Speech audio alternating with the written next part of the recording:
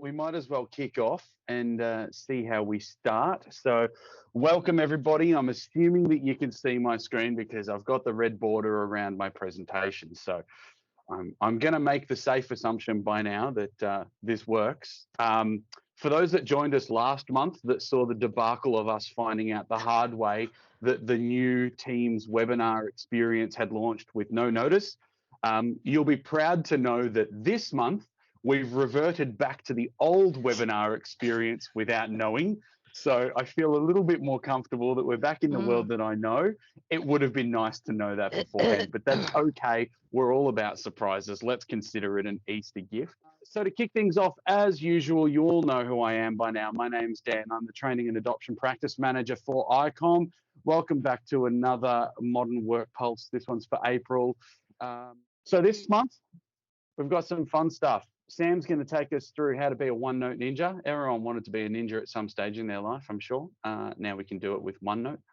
I'm going to take you through this month's feature roundup. We'll talk about the recent updates, what's coming soon. And then we've got a special guest in Daniel Baird, who's going to be joining us shortly to talk through digital well-being and how we can keep on top of that digital world to get the best out of ourselves. And then as usual, question time. If we don't have any questions to start off with, or if anyone doesn't need any further information, I'm going to hand you straight over to Sam. So for those that don't know Sam, Sam is one of our account managers at ICOM. Thank you. I know I ran out of coffee, but I really, in hindsight, should have grabbed a glass of water. So if I start getting croaky, just bear with me. I'm going to share my OneNote because I'm going to show you all a few tips and tricks in OneNote. I was having this conversation with the sales team here at ICOM. None of them knew a lot of it.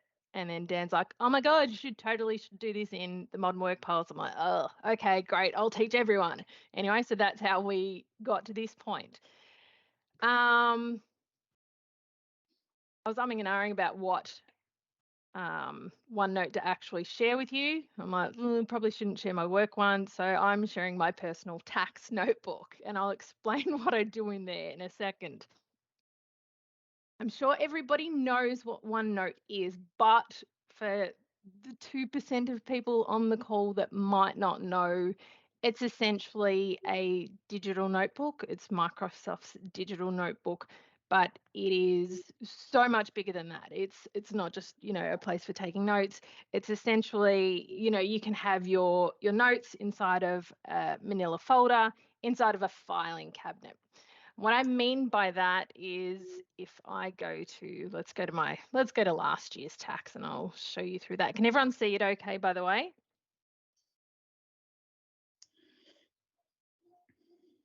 Yes? Yes. Yes, perfect. Thank you. Okay. So what I mean by that is all these pages down the side are my notes rather. They're my notes.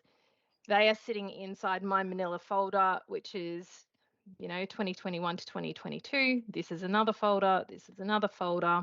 And then inside the filing cabinet, which is my tax notebook. I've got other ones down here, but we're going to look in my tax one. So my first tip is, and I'm just going to go to a blank notebook, is how to organize your meeting notes. So you can do this a couple of different ways. So from Outlook, if you're in your calendar, I've got a very full day today, but if I wanted to take notes for this meeting here, I can just click on the meeting and go to send to OneNote at the top up here. This here. If I click on that, no, take notes on your own. And it'll say, where do you want to do it? So I'll say tax, and we'll just do in this 23-24 one. And then it brings my meeting notes here. Not going to lie, I never do it like that, ever. Let me show you the easier way of doing it. That was way too many clicks for my liking. So the easier way to do it is, let's just do another one. So if I just go add another page, in Outlook, you've got this up here, meeting details. So if I click on meeting details, I can just choose what's my next meeting. AFAC. So if I click on that one, it will automatically bring in the meeting, who's involved in the meeting. Sometimes it brings in signatures. It's very annoying, but whatever. Oh, there's a lot in this one. You can just delete that. It's fine. And then you can, when you're in the meeting, you can obviously click who's in the meeting, blah, blah, blah, blah, blah, blah, blah. You can take your notes, blah, blah, blah, blah, blah, blah, blah. And then when you're finished, when you want to email the meeting notes out, all you need to do is click share. I normally just email a copy of the page, just so I'm not giving people access to the notebook and whatnot. Email a copy of the page and it will automatically pull the people that were in the meeting. You send the meeting notes, away you go.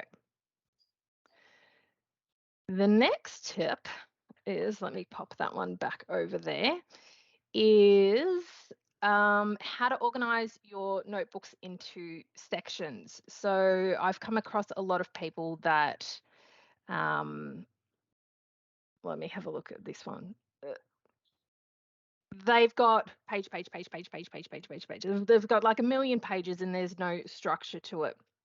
What you can do is you can add sections and have pages and have sub pages. So what I mean by that is if I wanted to go, if I drag this to the right, sorry, I need to think about that one for a second. I'm just making all of these sub pages. So if I right click on that, I can go make it a sub page. And then all of a sudden I can collapse this. So where that's good is you guys as customers, my OneNote, when I've got customer notes, I'll just pull Federation University as an example. I've got a page called Federation University, and for every meeting or every note that I take for Federation University, it's a sub page under that. So I might have a notebook called Customers F2J, whatever. And then I've got all of the customers that start with the letter F to the letter J in there, and they've got their own page. And then all of the customers' notes are within a subpage. So I can just collapse Federation University. If I expand it, all of their notes are in there. I reckon if you pay attention to absolutely nothing else I say today, this next one's going to be the one that you want to pay attention to. So, you know, when you copy something from a document or a website or whatever, and then you come and paste it into OneNote, it posts basically the URL or the source of where you got it from. That's amazing if you are in uni or you're studying or you need to cite the source of where you got it from, but it's really annoying when you just want the text or the information. So I'll give you an example. I actually don't think it's going to work because I think I've turned it off. So I've just copied a website. Sorry, hang on, let me just go to any other website. Let's go to Google. What's going on Google this morning?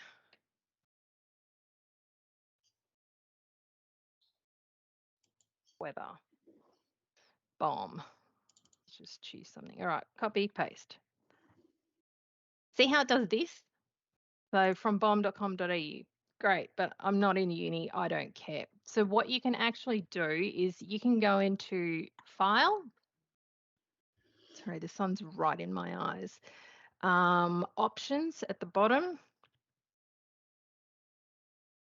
And then in Advanced, which is down here, there is a thing that says include link to source when pasting. Now, where is that? Include link to source. It's the second option, this one here. You want to untick that. So I go, okay, let me delete this and let's do that again. So I'm just copying some text from BOM. Yeah, and then it just pastes it for you, just the text. So that's how you can get around that one. Next one is moving pages. Occasionally when you create a note and you've accidentally created it in the wrong spot, or it needs to be in a different section or a different notebook, blah, blah, blah, blah, blah, blah, blah. You don't need to, if I go here,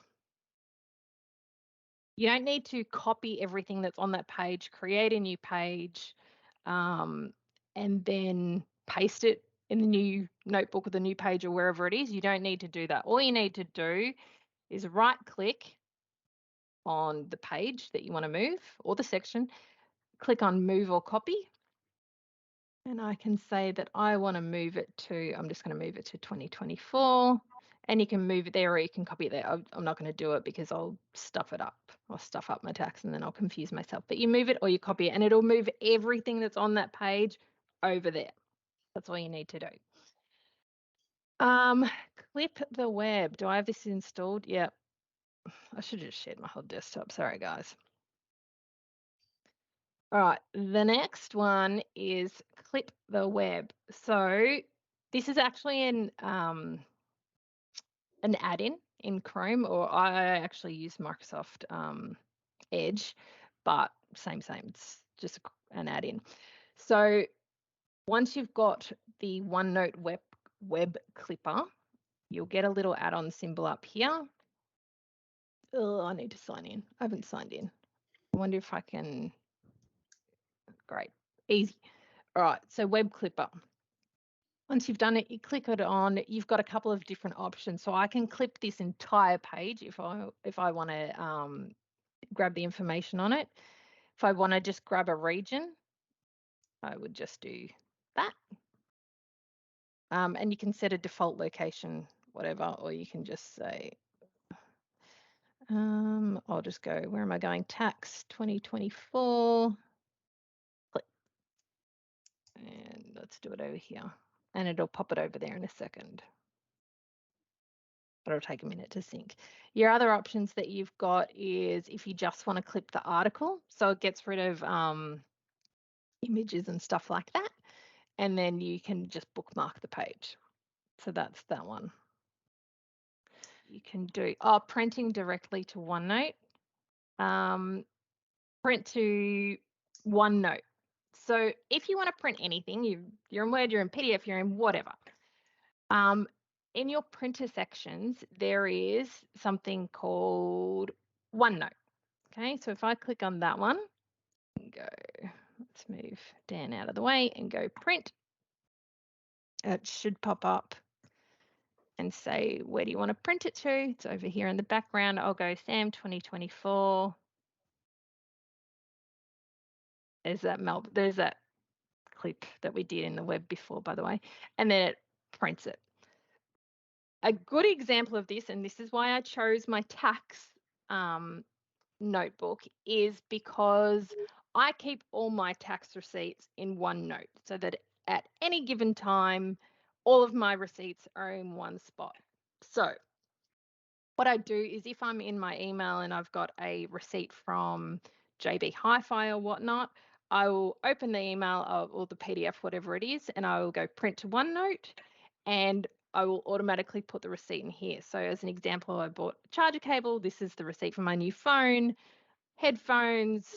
I've got all the receipts in here. And on top of that, I have a spreadsheet so I can just, look at it and see how much that I'm going to claim. And then at tax time, or if the tax man comes after me in 7 years' time and says, we want to see your, all of your receipts from, I don't know, 2006, I don't know, whatever. I'm like, yeah, man, here's my OneNote. Go for your life. So that's what I do. That's what I use print to PDF for, my receipt. What was the question about? I guess a bit of best practice, structure. A bit of best practice, or some recommendation around structure. I guess it depends on what you're using your OneNote for. So as an example, this tax one that I've got, it's pretty streamlined. I've got different sections at the top for the financial years, and then I've obviously got the pages for each receipt. If we have a look at my notebook, God knows what my notebooks looks like. I had it set up so that I've got a different tab for each of the customers.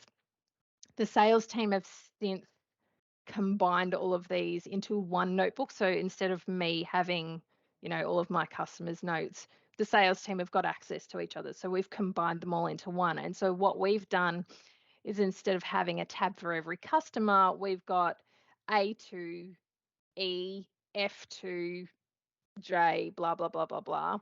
And then I don't know if I've got any in here. I may have moved them all. Well, there's one.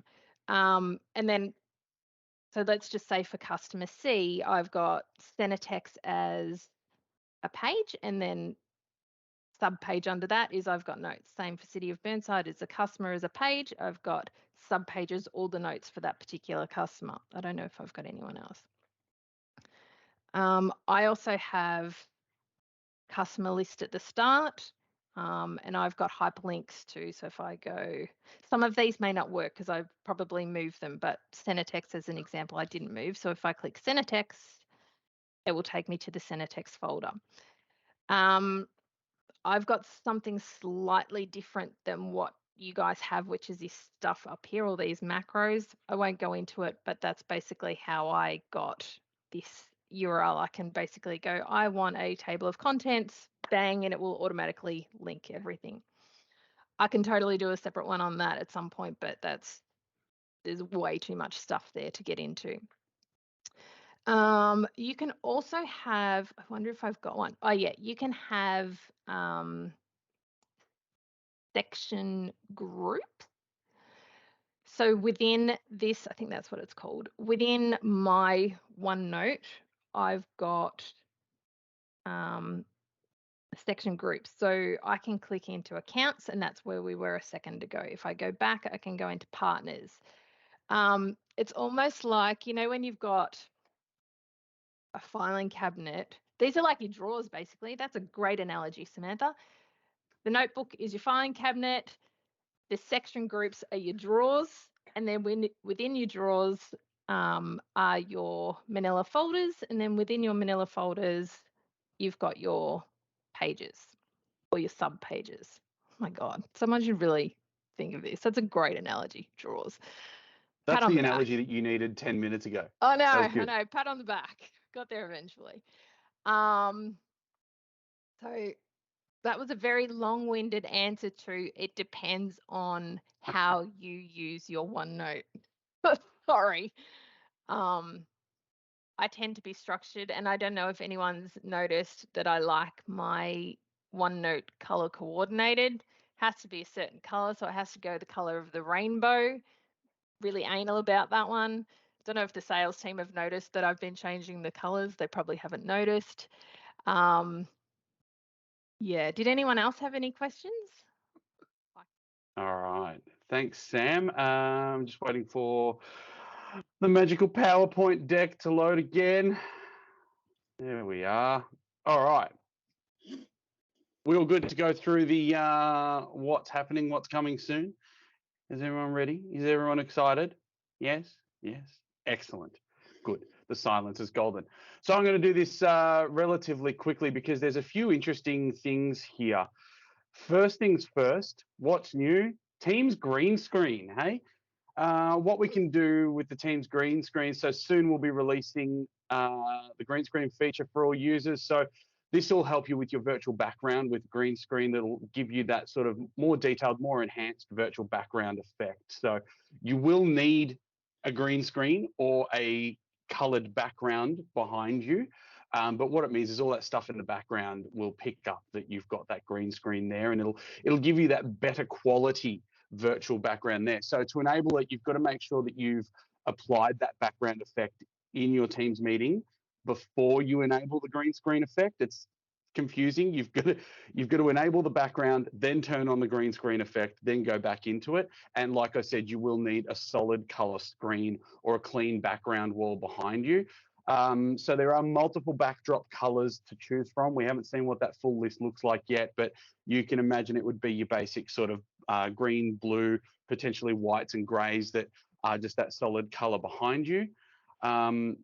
You don't need the green screen if you don't want to go and buy a piece of green cloth and a stand. You've just got to have that clean, solid color behind you. So if you've got a white wall to the side, you can stand there and select white, and it'll utilize that. And make that background effect, that visual effect behind you much clearer.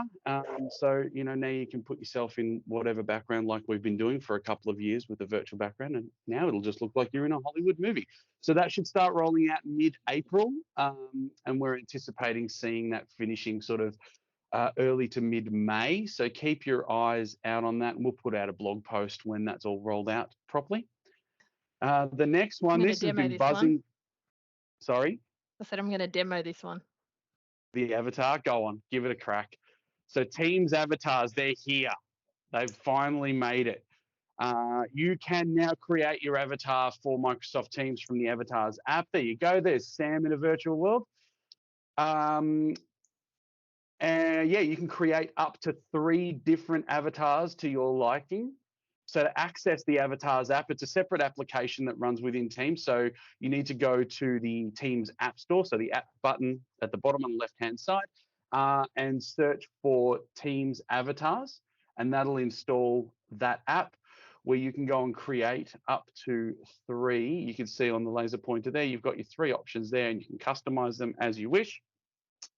Then when you drop into the meeting, you just select your avatar to join as the avatar, and there you go. You can have different hairstyles for different days. You can have different outfits for different days. There's different emotes and moves that you can make them do. There you go. George has turned her one on as well. As you're speaking, if you've got the mesh avatar on, it does follow your mouth movement. So it does look like you're actually speaking, sort of. I'm going to test that one. And they are rolling out now. Yeah, there you go. So if you watch Sam as she's talking, go on, say something, Sam. Hey everyone, and no one's actually listening to a word you're saying. They're all just watching Georgia and I react and or installing the Avatars app. That's fine. That's what this is all about. So this is Georgia rolling and out now. We called each other this morning just to suss out what our avatars would wear, just so that we could both wear the same thing. Exactly. Glad to see you both got the memo. Thank you. So that's rolling out now. Have a play with it, see what you think. I'll post a link directly to that, and then you should be able to download it. Even if you're not in public preview, you should be able to get around it and download from the link that I send you. The next one's an interesting one. So with Teams recording, there's been an update, or there will be an update coming very soon to support explicit recording consent. Now, explicit recording doesn't mean that we're going to sit here swearing like a 90s rap record. This is just the explicit consent that pops up. You can see I've highlighted it there, so that when you start a meeting that is being recorded or transcribed, that pop-up box jumps up. Now, the participants' audio, video, and screen sharing or content share won't be captured in the meeting recording until they click consent. So it's off by default. This pop-up is turned off by default in everyone's tenant. So have a chat to your IT admins if this is something that you guys will need switched on. And that's rolling out now to late April. So you should, IT admins should see this coming soon. Really important, I think, in different industries, different businesses that are going to need that sort of consent for what they're recording. Moving on to the next big exciting one. I'm sure we've all seen a million blog posts and LinkedIn posts and Twitter posts about Copilot. So Microsoft Copilot seems really, really, really exciting. This is that real deep integration of AI and that GPT power directly in your workflow. So look, I really do think that this is going to genuinely reinvent productivity and how we work, because it integrates directly into the apps that you already use.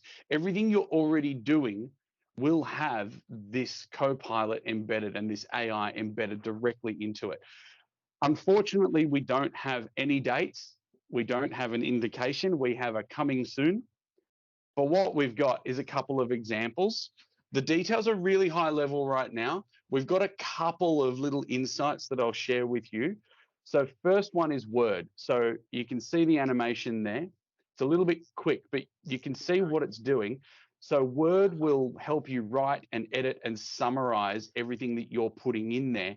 And it creates this alongside with you. As you're writing, you can give certain prompts to Copilot, or it will prompt you, and it'll help you create your first draft, or it can help you polish off your draft. and bring in information across the organization. So things that are going on in the background in things like SharePoint or shared OneNotes, it can bring that in. As you can see there, it's popping up different drop downs for things that we can plug in directly into Word. You can choose the tone of what it's writing. So you can make it professional and serious. You can make it passionate. You can make it casual. You can, really strike that tone first up. Really help with those inconsistencies in writing or in format. So that looks like an exciting one. Copilot Excel, I feel, is going to make me actually useful in Excel. I am atrocious at working with these cells. So Copilot in Excel, the same thing as Word, it works alongside you to help analyze what you're doing and explore the data that you're giving it. You can ask Copilot questions about the data set in natural language. So you don't have to talk in formulas anymore. You can speak in normal human language, thank God, and Copilot will start putting all of that data together for you. So you can help reveal patterns and correlations between different data. You can even give it what if scenarios, or if this then that sort of scenarios, by speaking in normal English to it, and it can help suggest new formulas and things like that. Copilot in PowerPoint helps you turn your ideas into presentations. So think of it like a storytelling partner. So you can give written documents, or you can start with a written document, or ask it to create something based on ... And it will start creating that presentation for you, from the layout to the images to the text and the dot points and the summaries that go in there. Again, all in natural language. You use natural language as the prompt and to help shape what it's creating for you. Give it the animation timings. You can see in that demo there, ask it to create a short presentation on, and then link that document. And Outlook is the last one that I've got some information on here for you. Similar to Word in the sense that it will help you with writing and formulating responses and emails. So you can get it to summarize really lengthy, convoluted email threads. So I'm really good at really long emails with too much information. So this is going to really help me with, drafting sort of more succinct responses. Respond to existing emails with a single prompt, or you can use quick notes. You can use OneNote notes that you've taken, other documents. You can prompt it to pull in other documents. It will use its AI based on conversations that Sam and I have had about Fed Uni. It can start bringing up certain documents and make those recommendations to attach those links. So everything across that 365 universe, all through natural language again. So that all looks pretty exciting.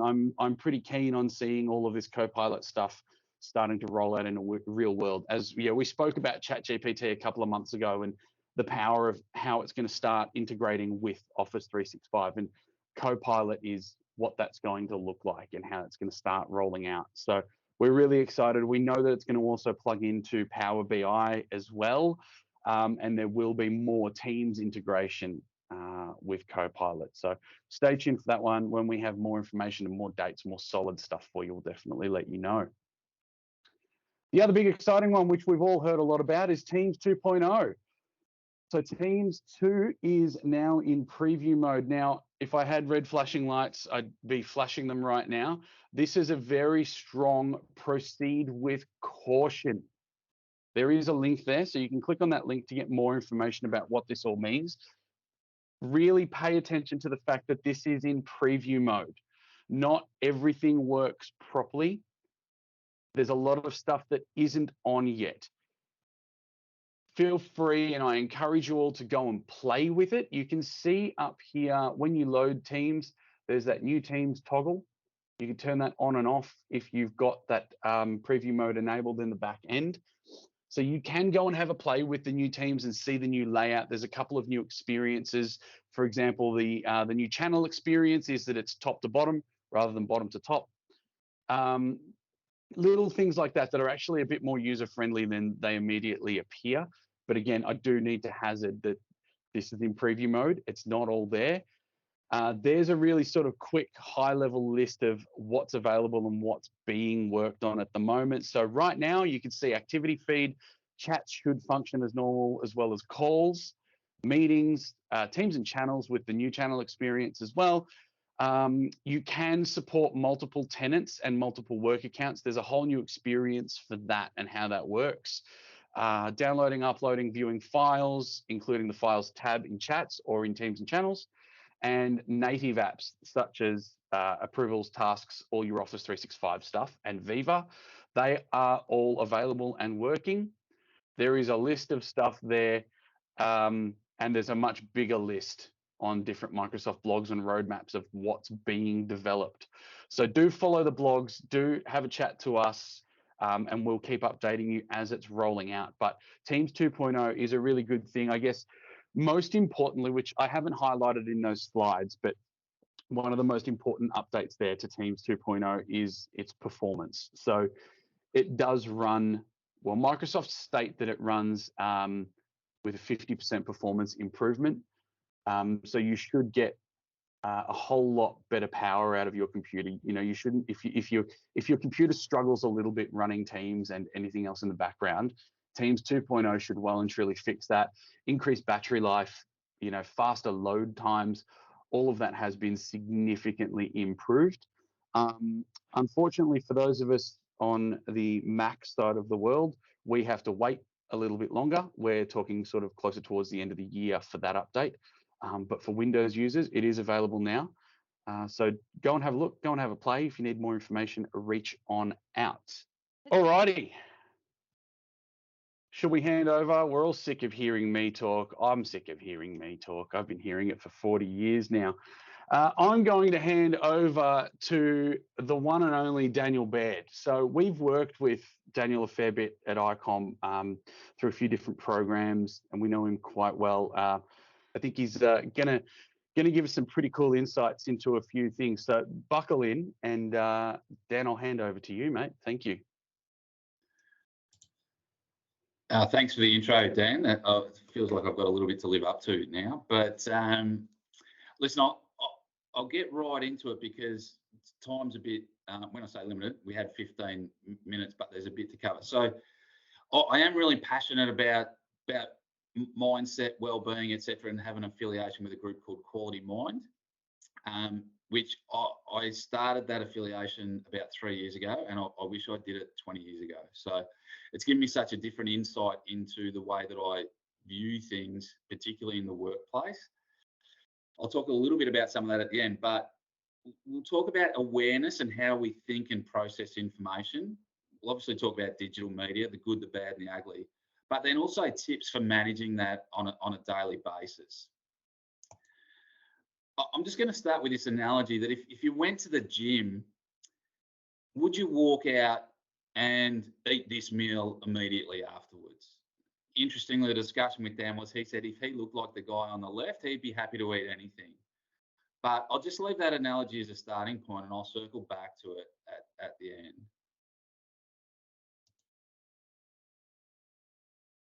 Sorry, Sam, you had a... No, that was a yeah, I probably would. I'm not going to lie, I probably would. So in terms of mental well-being, this is an old study from 2005, but I like it because it breaks it down into relatively simple form in three. So 1 in 5 experience mental health issues. Only 60 to 65% live with an okay or moderate mental health mindset, and only 20% are flourishing. So the reason I highlight this is what we want to try and do is obviously move everyone to the right, but depending on what you consume, you can actually start to move across to the left. And I call it the fight for success. There's a number of things, and it's called evolutionary psychology, that actually are not in our favour in terms of our mindset, our well-being, and how we process information. And that's why I always say knowledge equals power. Even just having an awareness of how we process, think, and then how that makes us feel is a great starting point, and we'll touch on some of that today. feel free to ask any questions as we go through. So just a quick summary on how the brain consumes and processes information. So the brain's actually changed little in 50,000 years. So we don't have any saber-toothed tigers anymore, but the brain still very much operates in that mode of being 50,000 years ago. It hasn't really evolved to a digital landscape. And the primary role is to predict. It's always looking what's going to happen next and how do I protect myself from any of that danger. Now that was obviously particularly useful back in the 50,000 years ago, when danger actually meant probably death, and it was all more about survival. It has a huge appetite for reward, dopamine. It loves it. It's something that it craves, and it wants to be efficient. And I'll break down the three of those items a little bit further. So your brain, in terms of thoughts per day, we have about 70,000 thoughts per day. There's reports of 50 to 90, so let's go with 70. Anyway, it's a lot. 95% of those are subconscious. Now, what do we say about subconscious? That means you don't even know that they're happening. So if anyone's ever, driven 300 meters down the road and you go, how did I get here? Your brain's processing things all the time. Or you get to the car and you go, did I actually lock the front door? It's actually because your brain is still processing things even though you're not aware of it. 95% of those things are actually of the past, because what it wants to do is build a library of previous events so that it's easy to actually, when it encounters a new event, it just goes, oh, this has happened previously. I don't have to rethink what I do. I'll just use what I've done previously. And 80% of those are negative. And that's very much the bias of, hey, I'm looking out for danger. What are the things that I've encountered that have been dangerous before? I really want to make sure that I've got those covered so that I can keep you safe. And it needs to be efficient to conserve energy. If you're doing something 70,000 times per day, you don't want to be overly manual, and you really want to have that efficient processes in place. And that's why we do a lot of those things subconsciously. In processing, I've touched a little bit on this. So it creates a library of past events to reference. If you're walking up to the traffic lights, you don't want to have to process how you walk across the road every single time. So then you're putting so much of these processes on autopilot, and that's actually a good thing. But there are a number of things that we process subconsciously that are actually negative as well.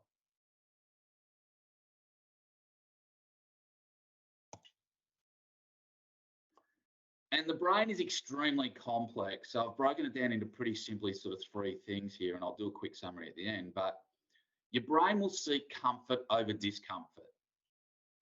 If it's comfortable in the cave, it's a higher form of safety.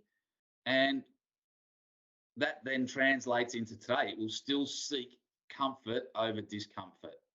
Anyone who, well, I'll use the gym analogy, going to the gym is actually uncomfortable for a lot of people. It takes effort to actually do it. And that's why gyms can oversubscribe, because they know that most people will have a thought about what they'd like to do, but they don't follow through on some of those things. In terms of safety, it likes to be part of a tribe. Safety in numbers. If you're a team of 100 and, 2 people are going to die, you've got a 98% chance of survival. But if you're in a team of 4, that turns the odds 50-50. Comfort and numbers equal safety. Emotional and physical pain are actually the same in terms of the way the brain processes them. It will try to avoid both emotional and physical pain in the same way, and it's constantly scanning.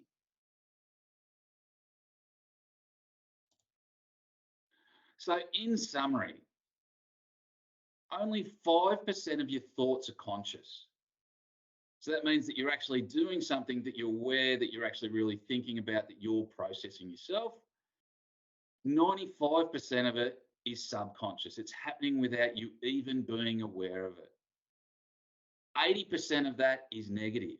It's very much in that predict and protect mode. And the brain loves dopamine. Dopamine is, they talk about that as being something, you enjoy. It's actually been shown to be the drug that actually keeps you on track.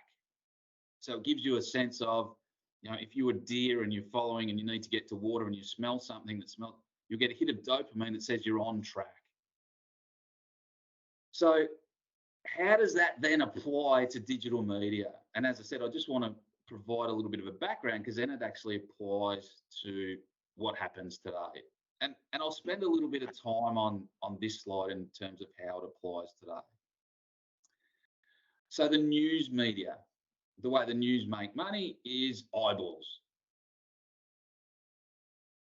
If we take the discussion or the information that we've had so far, is that the brain craves or is always looking out for negative information.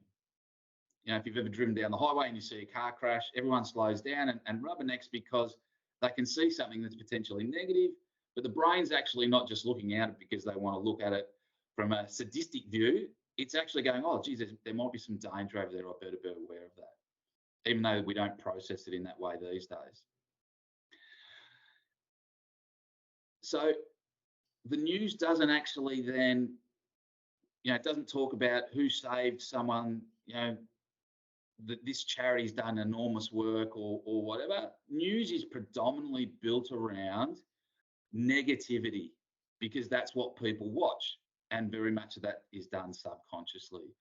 A lot of people through COVID I've spoken to said, I've just stopped watching the news because it was so negative and it was impacting me. And that's because it became so much more conscious because you had more time to think through that period of time. And even just some of the titles, I actually read something the other day, I think it was Daisy's Double Life Scares AFL Clubs. And it was actually about Daisy Pearce having a job at Geelong and also her broadcasting role. So we're doing that. So we'll talk about what you can actually do, but that's one of the major things that's impacting people these days. The other element is social media. It gives this view of this distorted view of great, and it focuses on about 3% of people's lives. So we've lost this view of what normal looks like because we're constantly comparing ourselves to people that are on social media. And that's, again, something that happens subconsciously. Again, if you're comparing yourself to the tribe, when I talk about evolutionary psychology, the further you are up the rung of being down the bottom, the greater your chances of survival. So we're actually comparison machines naturally.